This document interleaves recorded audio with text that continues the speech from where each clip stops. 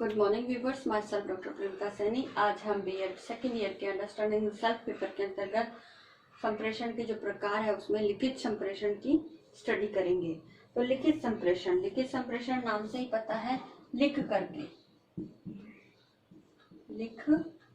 करके या लिखित रूप में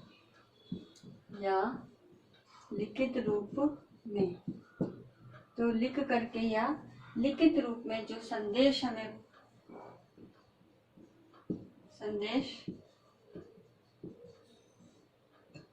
कर्ता द्वारा लिखित रूप में संदेश भेजता है, ठीक है। और संदेश प्राप्तकर्ता को भी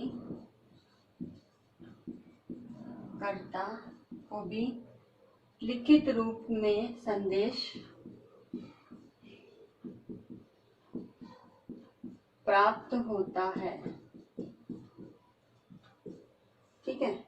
तो इसके लिए जो एक दूसरे के सामने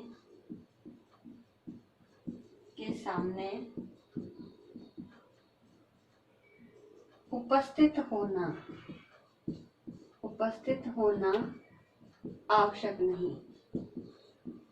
ये आवश्यक नहीं कि हम एक दूसरे के सामने हो तभी हमारा संप्रेषण होगा।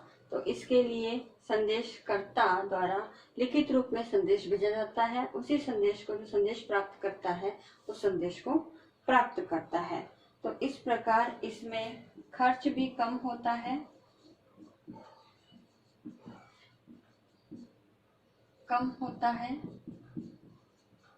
क्योंकि लिखित रूप में मैसेजेस है।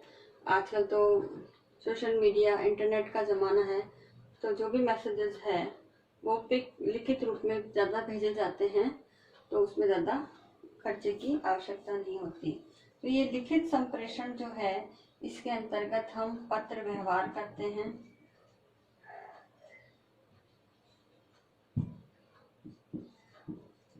पत्र व्यवहार, बुलेटिन,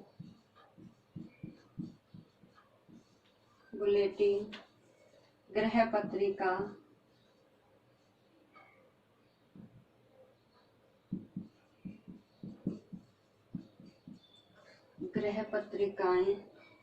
प्रतिवेदन,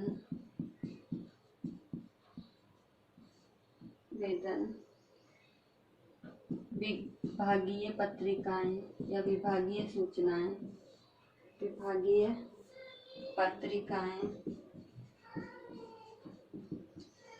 आदि जो है हमारे लिखित संप्रेषण है।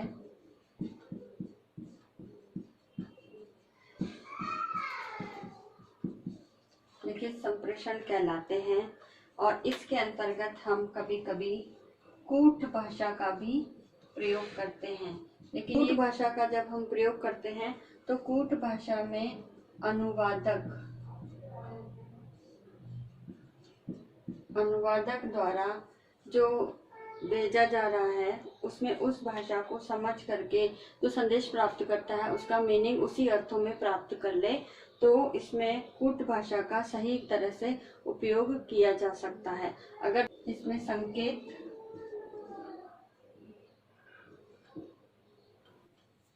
इस प्रकार लिखित संप्रेषण के अंतर्गत कूट भाषा का प्रयोग किया जाता है। तो कूट भाषा के अंतर्गत जो अनुवादक है वो सही अर्थों में अपनी भावनाएं कूट संकेतों के माध्यम से भेजता है। लेकिन इसके लिए आवश्यक है कि जो संदेश प्राप्त करता है उसे उसी भाव में उस संदेश को समझना आवश्यक है जिसमें कूट भाषा का प्रयोग किया गया है। तो कूट के लिए जिन शब्दों का प्रयोग किया गया है, तो जो संदेश प्राप्त करता है वह भी उसी आधार पर उन लिखे हुए कूट संकेतों को समझे जिस आधार पर संदेश भेजने वाले ने उन भावों का प्रयोग करके उन संकेतों का निर्माण किया है। तो ये समझना आवश्यक है। तो इसके लिए हम पत्र, नोटिस बोर्ड है, हमारे समाचार पत्र है, इसमें कई प्रकार के कूट संकेतों का, कूट भाषा का प्रयोग करते हैं, जिसके माध्यम से हम अपने विचारों को संप्रेषित कर सकते हैं। कि अब जब विषय वस्तु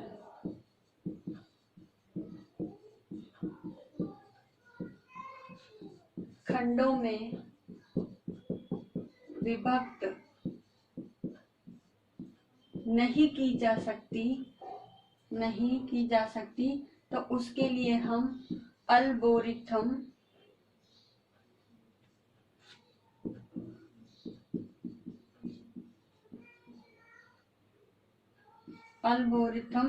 नीति का यूज करते हैं। तो जब हमको हमारा जो भी कंटेंट है या जो भी हमारा सूचना है, भावनाएं हैं, हम उसे अगर विषय वस्तु जो हम भेज रहे हैं, संप्रेषण कर रहे हैं, अगर हम उसे खंडों में विभक्त नहीं कर सकते तो उसके लिए हम एल्गोरिथम नीति का उपयोग करते हैं। तो इस प्रकार इसमें हम निदानात्मक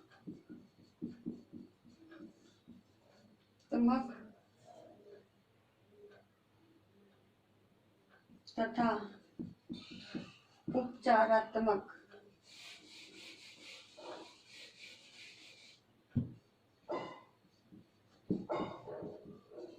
निदानात्मक एवं उपचारात्मक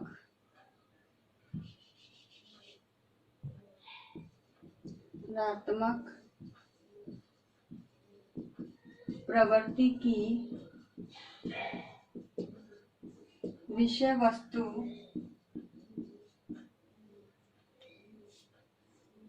है तो उसके लिए निर्णय तालिका का प्रयोग हम करते हैं। निर्णय तालिका का यूज हम करते हैं।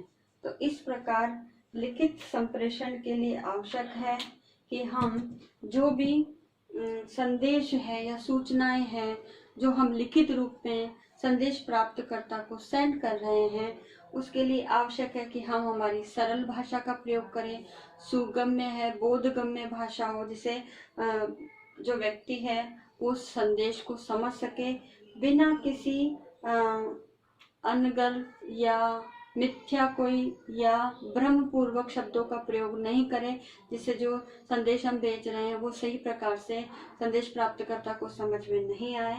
साथ ही सूचना के लिए सही रूप से सही शब्दों का चयन करते हुए क्रमबद्धता के साथ उसे सेंड करना चाहिए।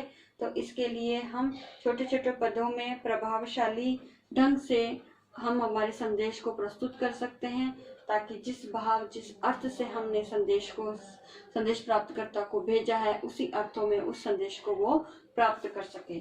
इस प्रकार आज के इस वीडियो में लिखित संप्रेषण के बारे में हमने स्टडी की। अब आज का जो असाइनमेंट है वो असाइनमेंट इस प्रकार से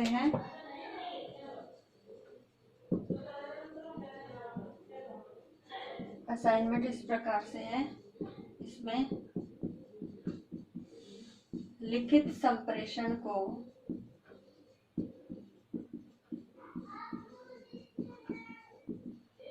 स्पष्ट कीजिए। तो आपको लिखित संप्रेषण के बारे में जो भी नॉलेज इस वीडियो में दी गई है उसको आपको स्पष्ट करते हुए बताए गए वीडियो में कंटेंट नॉलेज के आधार पर स्पष्ट करना है, एग्जाम्पल देते हुए। साथ ही इस कोरोना महामारी के दौर में आप अपने घर में रहिए, सुरक्षित रहिए, जहाँ तक हो सके घर से बाहर नहीं निकलिए। राज्य सरकार के द्वारा जो भी गाइडलाइन आपको दी जा रही है उसका पालन कीजिए। आई होप ये वीडियो आपके लिए यूजफुल होगा। So thank you.